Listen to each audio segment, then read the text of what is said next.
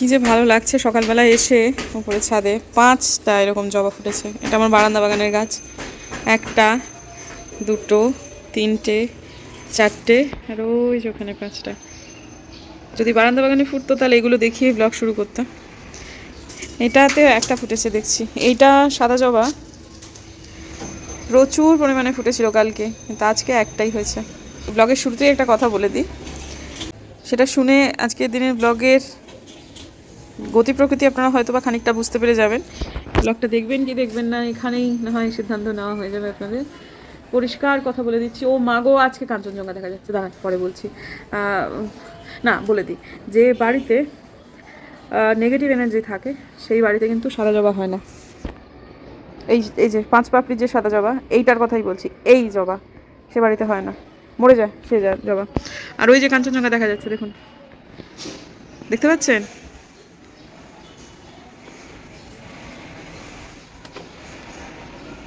বড় নড়ছে হাত ঠিকানা, কারণ সব থেকে বেশি জুম করেছি তো।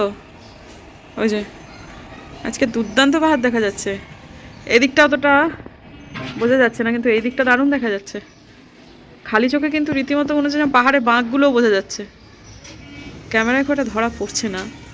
আরে বাপ রে বাপ, এত সুন্দর! নারকেল গাছ না থাকলে আরো ভালো লাগতো। নমস্কার বন্ধুরা, আমার নতুন ব্লগে আপনাদের সবাইকে স্বাগত জানাই। আশা করছি সবাই ভালো আছেন যে যেখানে আছেন। হ্যাঁ হ্যাঁ, তোমাদেরই স্বর্গরাজ্য। নেহাত পদ্ম ফুলগুলো ফুটছে না এখন, মানে ডরমেন্সির টাইম। তাই জন্য এই জায়গাটা ঘিরে দিচ্ছি না, লোক পাচ্ছি না, তেমন ইয়েও করছি না, গাও করছি না। যদি হয় তাহলে তোমাদের জন্যই না এই জায়গাটা ঢেকে দিতে হবে আমাকে, তারপর তোমরা যা খুশি তাই করো। বাপরে বাপ, সত্যি কথা। কী বা বলবো, দেখুন তো, অবলা প্রাণী দুটো খেতেই আসে, দিলেই হয়। তো এই জায়গাটাতে জামা কাপড় মেলা হয়, এই জায়গাটা দেওয়া যাবে না। বাইরে থেকে বহু অসুখ হয়। শ্বশুরমশাইয়ের বয়স হয়েছে তো, ওই শ্বাসকষ্টজনিত বা ফুসফুসজনিত কোনো কিছু হলে এই বয়সে তিনি আর সামলাতে পারবেন না, কিন্তু ওই ঝুঁকিটা নেওয়া যাবে না, এখানে খেতে দেওয়ার। যাদের জন্য ওনাদের সরিয়ে দিয়েছি, অর্থাৎ ওপরে জবা গাছগুলোকে পাঠিয়ে দিয়েছি, তারাও সুন্দর মুখ বাড়িয়েছে। তো এটা তো ওপর থেকে ওইখান থেকে নামালাম, রোদের অভাবে এই ফুলটা ঠিকঠাক হচ্ছিল না, তো এটা একটু পিছিয়ে আছে। এটা হচ্ছে পরপর 2টো হলুদ জবা ছিল, আমি এটাকে এখানে চেঞ্জ করে দিয়েছি। তো যার ফলে কমলা হলুদ কমলা হলুদ কমলা, এখানে যদি একটা হলুদ থাকতো তাহলে একটু বেশি ভালো হতো। তো ঠিক আছে, কোনো অসুবিধা নেই, ফুল হলেই ভালো, এই আর কি। ঝেপে ফুল হোক সেটাই চাই, কারণ ওপরে তো যাদের সরিয়ে দিচ্ছি তারা তো ফুল দেওয়ার কোনো বিরাম নেই। তোমরাও একটু ভালো করে সেজেগুজে ওঠো, তাহলে তোমাদের মান থাকে। আর এই দিকটা একেবারে পিটুনিয়া দিয়ে কিছুদিনের মধ্যে দেখবেন ভরে যাবে, মানে প্রত্যেকটা গাছে প্রত্যেকটা ডালে ডালে কুড়িয়ে এসেছে। একটা ফুটেওছে, এটা এটা গোলাপি। এটা কিন্তু আলাদা, এটা একটু রানী, আর এটা হচ্ছে একদমই গোলাপি। আর এইটাতে খুব একটা কুড়ি না, এটাতেও এসে গেছে, মানে ওই দিন 7-এর মধ্যে একদম হাউমাউ খাউ করে ফুল হবে, ভালো লাগছে দেখতে। এটা তো উপর থেকে ওইখান থেকে নামালাম, রোদের অভাবে এই ফুলটা ঠিকঠাক হচ্ছিল না, তো এটা একটু পিছিয়ে আছে। এটা হচ্ছে পরপর 2টো হলুদ জবা ছিল, আমি এটাকে এখানে চেঞ্জ করে দিয়েছি। তো যার ফলে কমলা হলুদ কমলা, এখানে যদি একটা হলুদ থাকতো তাহলে একটু বেশি ভালো হতো। তো ঠিক আছে, কোনো অসুবিধা নেই, ফুল হলেই ভালো, এই আর কি। ঝেপে ফুল হোক সেটাই চাই, কারণ ওপরে তো যাদের সরিয়ে দিচ্ছি তারা তো ফুল দেওয়ার কোনো বিরাম নেই। তোমরাও একটু ভালো করে সেজেগুজে ওঠো, তাহলে তোমাদের মান থাকে। আর এই দিকটা একেবারে পিটুনিয়া দিয়ে কিছুদিনের মধ্যে দেখবেন ভরে যাবে, মানে প্রত্যেকটা গাছে প্রত্যেকটা ডালে ডালে কুড়িয়ে এসেছে। একটা ফুটেওছে, এটা এটা গোলাপি। এটা কিন্তু আলাদা, এটা একটু রানী, আর এটা হচ্ছে একদমই গোলাপি। আর এইটাতে খুব একটা কুড়ি না, এটাতেও এসে গেছে, মানে ওই দিন 7-এর মধ্যে একদম হাউমাউ খাউ করে ফুল হবে। ওহো, কি দারুণ ব্যাপার, দারুণ। মানে কবে সে দিন আসবে যে সকালবেলা উঠেই দেখবো বারান্দা বাগান ভর্তি হয়ে গেছে ফুলে, শীতের ফুলে।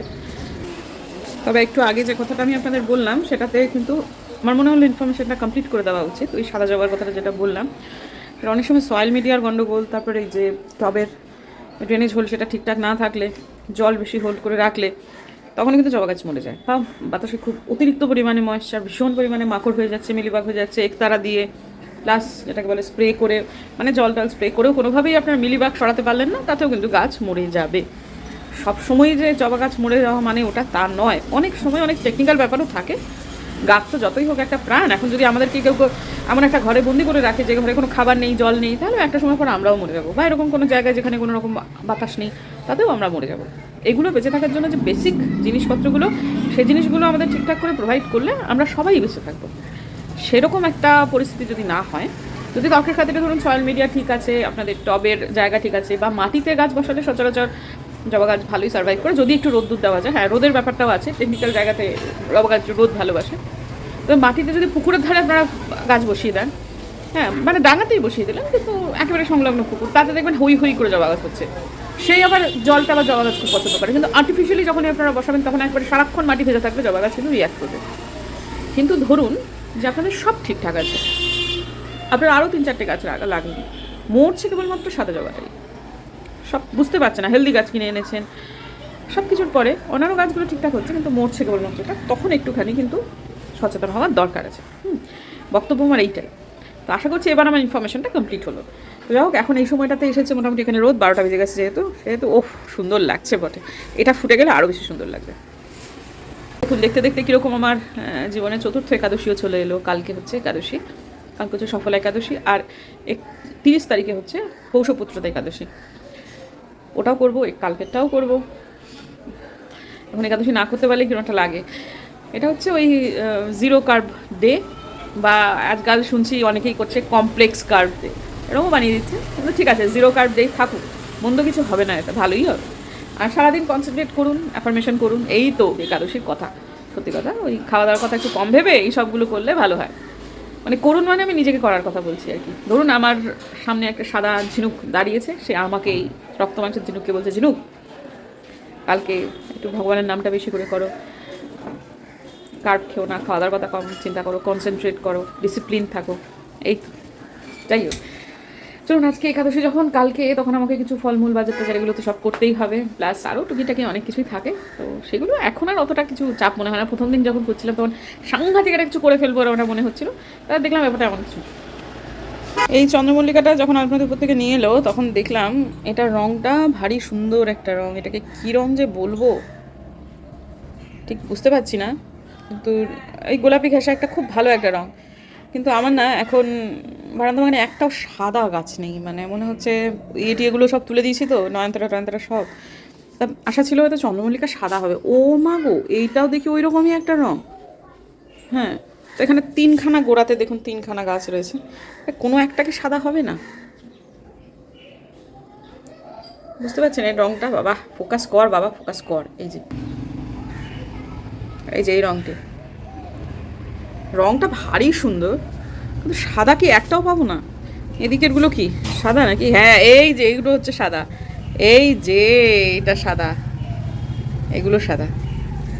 3টে গাছ 3টে রঙের সম্ভবত। এই যে গোড়া দেখুন 3খানা। বাবা বাবা ডাক কি আলবানা। আমাদের এই গাছটা না ওই কম্পোস্ট সার দেওয়া হয়েছিল, সেই জন্য এখান থেকে উঠে গেছে উজিয়ে, কিন্তু গাছটা পারফরমেন্স ভালো হচ্ছে না। এক তো রোদ নেই, আর তাছাড়া এখানে সারের প্রচুর অভাব। আর এটাতে হওয়াতে কী হয়েছে, এত বড় একটা গাছ, এই গাছটারও ক্ষতি হচ্ছে।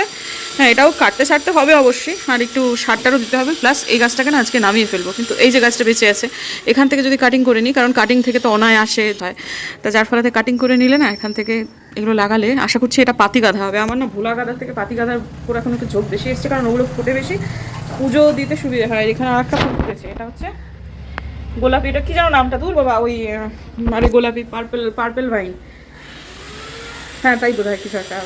এটা দিন হাতে কিনেছিলাম। তো যাই হোক, এটাতে কেটে কাটিংটা করে নিই, আর গোড়া থেকে উপরে দিই ওটা। তারপর নিয়ে কী করেছি জানেন তো, ছাদে গেছিলাম বাবা করে, এই যে এটা নিয়ে এসেছি। দেখুন আমাদের গাছের কীরকম শখ, এটা গ্রিলটাকে বাঁকিয়ে ফেলেছিলাম কোনো এককালে, যাতে বাইরে বার করতে পারি। এই যে দেখুন, এই যে গ্রিলটাকে বাঁকিয়ে ফেলেছিলাম করে না, এটা অ্যাঙ্গেল করে দিলে এই যে বাইরে বেরিয়ে যাচ্ছে, দিয়ে এটাকে বাইরে দিয়ে ঝুলিয়ে দেবো। দিয়ে তারপর যেহেতু নিজেদেরই চৌহদ্দি, যদি পড়ে তাহলে মাটিতে পড়বে, আর কি করা যাবে। আর এই আর একখানা নিয়ে এসেছি, 3টে কাটিং কেটে এক্ষুনি লাগানো যাবে না, এটাতে জল রেডি করে ফেলেছি। এই জলেতে 2-3 দিন তাদের একটুখানি মানে শখ মুক্তি দিতে হবে, যে বাবা তোরা ভালো জায়গাতেই যাবি, তোদের আমরা বাঁচিয়ে রাখতে চাই, এই বলে এই জলের মধ্যে খানিক দিন চুবিয়ে রাখতে হবে। এখানে জবা গাছগুলো ছিল, জবা গাছের গোড়াতেও এই একই সার দেওয়া হয়েছিল, অনেকগুলো গাছ বেরিয়ে গেছিলো, সেগুলো কাটিং থেকে আলপনাদি গাছ করেও ফেলেছে। হ্যাঁ, আমি এখানটায় আর করে উঠতে পারিনি এখনও, আজকে ব্যাপারটা শুভারম্ভ করে ফেলি, অন্তত এই চুবনোর জায়গাটা কাজটা করে ফেলি। মিনিটের কাজ করে ফেললাম, জাস্ট 2 মিনিটের কাজ, সেটা করতে সময় নিলাম 2 মাস। এটা গোড়া থেকে তুপড়ে দিয়েছি একদম, একদম কিছু ছিল না, টানতেই উঠে এলো, একদম কিচ্ছু ছিল না। ভাগ্যে সেগুলোকে নিয়ে নিলাম, নাহলে এগুলো মরে যেত। ওই আর কি, এক প্রজন্ম চলে যায় আর এক প্রজন্ম বেঁচে থাকে, মানুষ সন্তানের মধ্যেই বেঁচে থাকে। গাছটা যেটা মাদার গাছ সেটা উঠিয়ে দিলাম, কিন্তু পোশাখা থেকে কেটে নিলাম, সন্তানাদি এরাই বেঁচে থাকবে, ওই একই জাতের গাছ। দিনের বেলাতে আর খুব একটা বেশি ব্লগ আমি করিনি, কারণ আমি ঠিক করেছিলাম যে রাত্রেবেলাতে একবারে কয়েকটা কথা যেটা আসছে, যেহেতু ওই বাস্তু নিয়ে কথা বলছি তথা টোটকা নিয়ে কথা বলছি, কিছু কিছু কমেন্ট আসছে, তো আজকের দিনে আমি 3টে কমেন্ট নিয়ে কথা বলছি, 3 ধরনের কমেন্ট নিয়ে। একজন বা কয়েকজনই আর কি বলছেন যে বাস্তুকারের সন্ধান দিতে। প্রথম কথা হচ্ছে, বাস্তুকারের সন্ধান আমার পক্ষে দেওয়াটা খুব ডিফিকাল্ট, কারণ আমার বাড়িতে যিনি এসেছিলেন তিনি এখানকার মানুষ নন। বাস্তুর সাথে মানে উনি তো নিয়ে এসেছিলেন টিম, এবং তাতে একজন অ্যাস্ট্রোলজারও ছিল। আমি এখানে শিলিগুড়িতেও দেখেছি যে বেশ কিছু অ্যাস্ট্রোলজার যারা এতদিন পর্যন্ত মানুষের হাত দেখতেন এসবগুলো, তাদের হঠাৎ করে দেখছি ব্যানারটাকে ভারী করার জন্য বা তাদের বিজ্ঞাপনের জন্য তারা বাস্তুকার বলে নিজেদেরকে দাবি করছেন। হতে পারে তারা হয়তো বাস্তু নলেজ রাখেন, কিন্তু বিশ্বাস করুন বন্ধুরা, আমার ধারণা, একজনের ব্যাপারটা আমি জেনেই বলছি, তিনি খুবই মানে বাস্তুকার বলছেন নিজেকে, তার নলেজ, আমি তার সাথে কথা বলেই বলছি, খুব বেসিক নলেজ যেটা সেটুকুই তার আছে, এবং সেই বেসিক নলেজের বশে কেউ যদি তাকে আপনারা হায়ার করেন, আমাকে তাহলে কি বলতে হয়, এই ধরনের কোনো কোনো মানুষেরই রেফারেন্স আমার দিতে হয়, তাহলে কি হবে জানেন তো, এরা গিয়ে যেটা অনেক টাকা চার্জ করবে আপনাদের কাছে, তাহলে যেটা হচ্ছে, প্রথম কথা যে অ্যাডভান্স বাস্তু যেটাকে শাস্ত্র, সেটা এরা করেনি। হ্যাঁ, সেই বিদ্যাটা, এটা কিন্তু খুব ছোট বিদ্যা নয়, কিন্তু যেটুকুতে এরা আছে সেটুকু ওই কথার জালে জড়িয়ে, তাহলে আপনাদের কাছে কিন্তু বহুত বড় মানে একটা অ্যামাউন্ট ওরা নিয়ে নেবে। আমি বলি কি জানেন বন্ধু, বাস্তুশাস্ত্র নিয়ে বেসিক নলেজটা না আপনারাও করতে পারেন। এটা 2 মিনিটের ম্যাগির রেসিপি আমি আপনাদের দিতে পারবো না। সত্যি কথা হচ্ছে এইটাই, যে আপনাদের একটু নিজেদের দেখুন, এই বেসিক নলেজটা মানে আহরণ করাটা খুব সামান্য ব্যাপার। সেটা হচ্ছে, আপনি নিজেকে একটা মেন্টাল চ্যালেঞ্জ দিন, 10 দিন। 10 দিনের মধ্যে আপনি বাস্তুশাস্ত্র নিয়ে যা চোখের সামনে আসবে সেটা দেখবেন, যা চোখের সামনে আসবে সেটা পড়বেন, তাহলেই দেখবেন একটা ক্ল্যারিটি চলে আসছে যে বেসিক জিনিসগুলো, আমাদের 10টা দিক হয়, হ্যাঁ, ঊর্ধ্ব অধ মিলিয়ে আর কি, সেই 10 দিকে 10 রকমের জিনিস নিষিদ্ধ এবং 10 রকমের জিনিস করা যায়। হ্যাঁ, এই দেখুন, যাদের বাড়ি অলরেডি হয়ে গেছে তাদের অ্যাডভান্স বাস্তুশাস্ত্রকার বাড়িতে নিয়ে গিয়ে বিশেষ কোনো লাভ নেই। তাদের যেটুকু লাগবে বা অলরেডি ফ্ল্যাট আছে বা বাড়ি আছে, তারা নিজেদেরটা নিজেরাই করতে পারবেন। আমি আপনাদেরকে বলে দিচ্ছি, প্রথমে আপনারা শুরু করুন হচ্ছে বাস্তু, ইউটিউবে সার্চ করুন বা গুগলে সার্চ করুন, গিয়ে লিখুন হচ্ছে সদর দরজা বাস্তু, এই দিয়ে স্টার্ট করুন। তার প্রত্যেকটা ঘরের আলাদা আলাদা কীরকম দিক আছে বা কীরকম কোন জায়গায় কী করতে হবে। যারা অলরেডি কংক্রিটের বাড়িতে থাকেন তাদের তো বাড়ি ভাঙাটা চারটিখানি কথা না, আসবাব পরিবর্তন করুন, আসবাবের দিক পরিবর্তন করুন, যে ঘরে যে পোস্টার যেদিকে লাগানোর কথা সেদিকে লাগানো যদি না যায়, তাহলে সেই জায়গা থেকে সরিয়ে দিন। আমাদের বাড়িতে ভুল ডিরেকশানে আমাদের ফ্যামিলি পিকচার ছিল, সেটা সরিয়ে দেওয়া হয়েছে।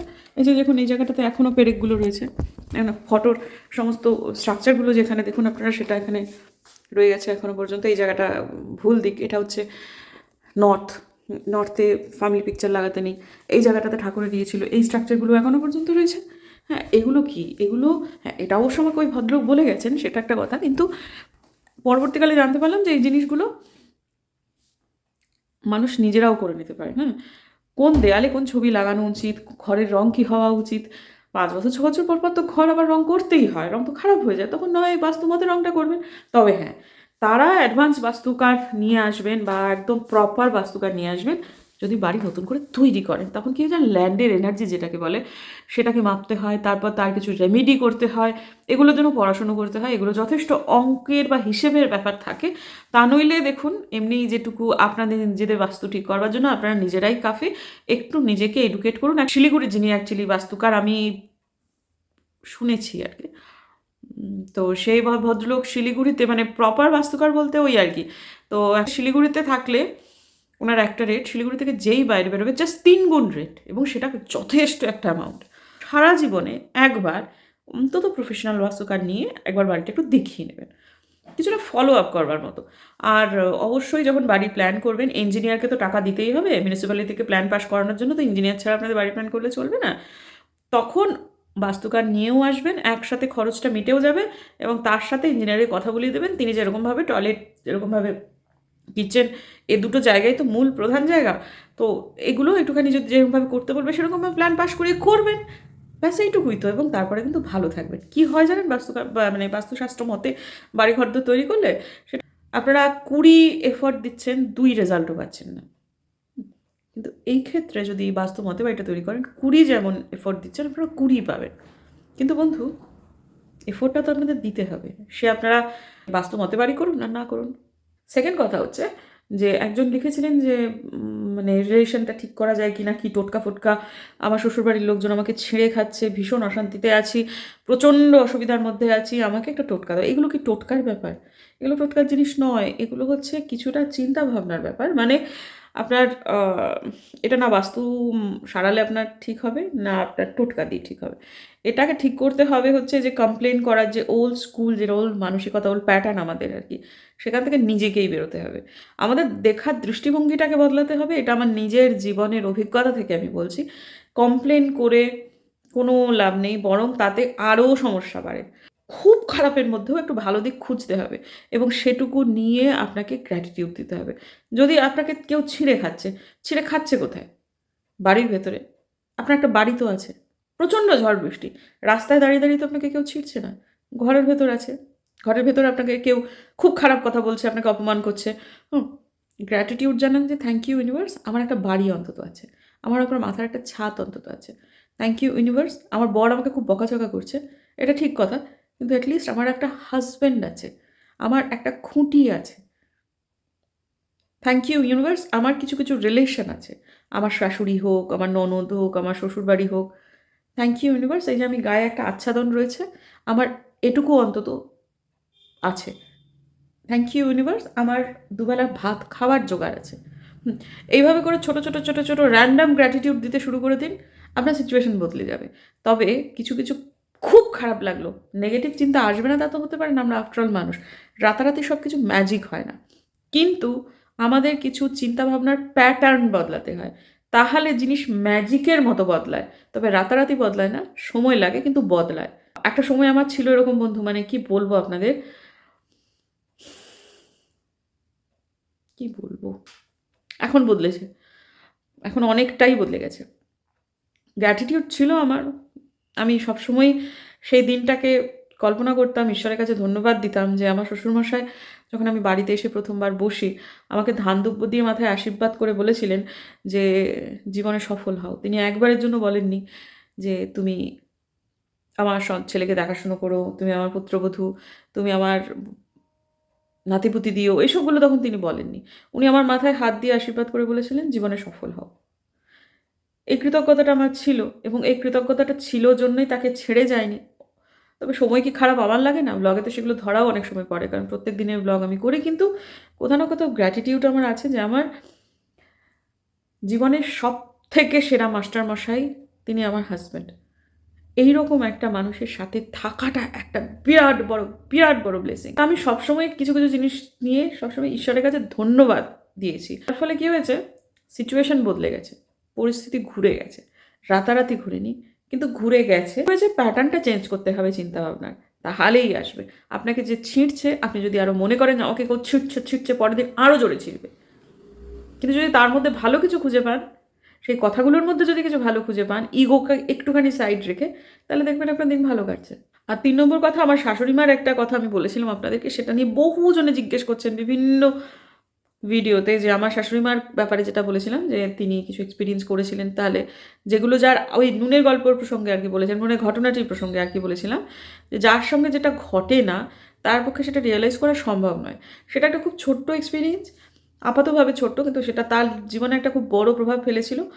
এবং তার এই অভিজ্ঞতাগুলো আরও দু একটা আছে, কিন্তু এটা আপাতত যেটা বলছি সেগুলো আছে জন্যই, যখন আমি এই বাড়িতে আসার পর থেকে কিছু অদ্ভুত জিনিস ফেস করতে শুরু করি, তিনি এগুলো অস্বীকার করেননি এবং তিনি খুব দ্রুত সমাধানের জন্য সর্বোচ্চ চেষ্টা করেছিলেন। হ্যাঁ, সেটা হচ্ছে যে একবার তখন আমার ননদ ছোট, বাড়িতে প্রচণ্ড শীত, সেবার মাঘ মাসের ঠান্ডা, স্কুলে পড়াতেন তো আমার শাশুড়ি মা, এখানে দেশবন্ধু বিদ্যাপীঠ বলে একটা স্কুল আছে দেশবন্ধু পাড়াতে, সেইখানটাতে পুতুলদির শ্বশুরবাড়ির কাছে একদম লাগোয়া।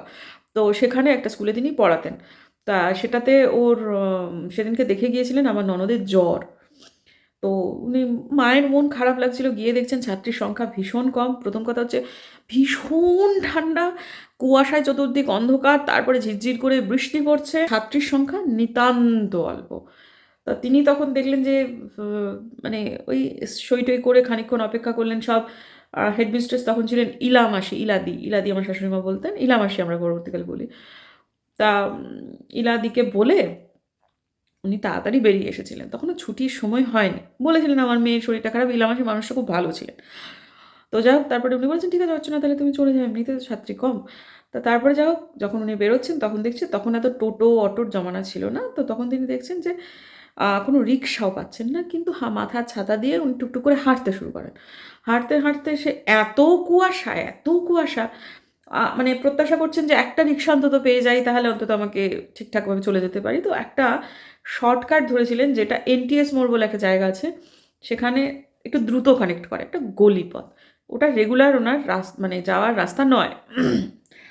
তা সেখানে একটি বাড়ি, এই চৌহদ্দিটাকে পেরোতে গেলে রাস্তাটা তো সামনে দিয়ে যাচ্ছে। তো ওই চৌহদ্দিটার সামনে যেই রাস্তাটা আছে সেখানে তিনি যখনই পা দিলেন, সঙ্গে, সঙ্গে উনি ফিল করলেন ওনার প্রচণ্ড রাগ হচ্ছে এবং ওনার গতি প্রচণ্ড মন্থর হয়ে গেছে। উনি যেন পাগুলো দিয়ে এক পা, এক পা, এক পা, এক পা করে যে এগোবেন, সে গতি ভীষণ ধীর হয়ে গেছে। এমনিতে একটু তাড়াতাড়ি হাঁটছিলেন, বাড়ি তাড়াতাড়ি আসতে হবে না, মেয়ে অসুস্থ।